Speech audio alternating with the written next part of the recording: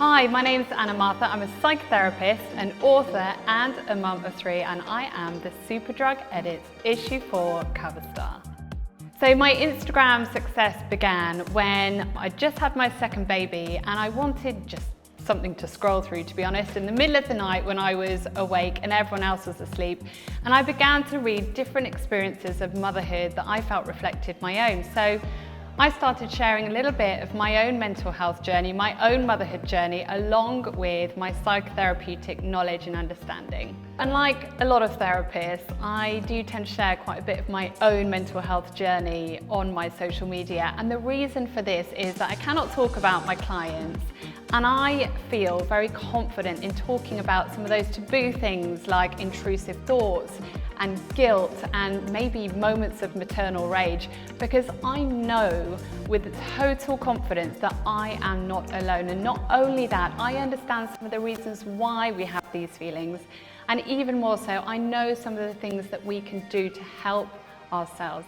So there are many topics that I find really resonate with my community on Instagram, and one of those topics is people pleasing. I talk a lot about people pleasing, and my encouragement is really to think about, are you valuing yourself as much as you are valuing other people? Sometimes the challenge is that we are so keen to please other people that we can end up not even feeling like ourselves. We can end up giving so much of our time away that at the end of the day, we're just totally frazzled and we've got nothing left to give to ourselves and maybe even those people closest to us. So I often encourage people to think about boundaries, to think about, are you valuing yourself as much as you are valuing other people? People pleasing can impact so many different areas of our lives, and I definitely see and sometimes experience this myself, that pull to get that external validation through likes and clicks and shares, as if those things say a little bit about how valid we are and how worthy we are as people, whereas ultimately we have value and worth regardless of how many likes a post gets on social media. Social media can have so many different pros and cons. It can be really good for our mental health in some ways. We can go on there and we can connect with people, we can find communities. Perhaps you're going through something and you feel a little bit alone, but actually you go on social media and you see someone else going through that, and it makes you feel like you are not alone in what you're going through. But also it can have some cons. We can really intertwine our sense of identity with how we're perceived on social media. So you might want to present yourself in a certain way because you want certain feedback, and we might get that sense of, yes, people like that, people like this about me.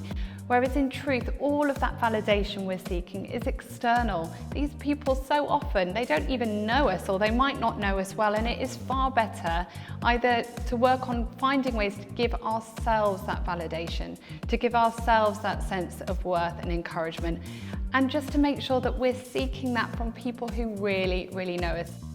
So one of my favorite tips on building confidence and self-esteem and recognizing your worth and value is to start noticing, how are you talking to yourself? What words are you using when you drop something on the floor or when you're having a challenging moment? Because the conversation that you have with yourself is the single most important conversation that you will ever have. And I challenge you, if you would not use those words to speak to someone that you care about, then they are not good enough for you either. Start coming back to those words with a more compassionate and kinder response, and watch your confidence grow as you do this. I am a therapist, but I also have a therapist. And to me, this is really important because as a therapist, I am not immune to anxiety. I am not immune to challenges with my own self-worth. And it's just an ongoing conversation for me, somewhere, a little safe space for me to talk about the challenges that are going on in my life and maybe to reflect on some of the things that have happened in the past. If you are struggling in any way, or if you just know that you'd really benefit from having somebody to talk to, I really, really recommend therapy. You can go on the counselling directory, you can speak to your GP about the services that they might be able to offer you, but also just make sure that you are having intentional conversations with friends. Here is a selection of the things that I tend to pick up from my local Superdrug. We have the Magnesium Sleep Body Lotion. Now, like many people, I tend to carry a lot of feelings and tension in my shoulders, so just rubbing this into my shoulders before I go to sleep is an absolute winner. Eases the tension, but also it smells amazing and it helps you sleep. Another absolute winner in our household is a very tasty Chewy Vites, an amazing way to get all those nutritious vitamins into your kids. No moaning, they're very tasty, I've had one. Another favourite of mine is the CeraVe Foaming Cleanser. Now, what I love about this cleanser is that it's really gentle and it doesn't give you that tight feeling when you wash your face, so that's always next to the sink. My nails often in the colder months just get a little bit dry and brittle, so the all-in-one nail treatment is just a way of kind of restoring the health of your nails. It gives you a perfect base to paint your nails if you want to. So you can pick up a copy of the Superdrug Edit in store now.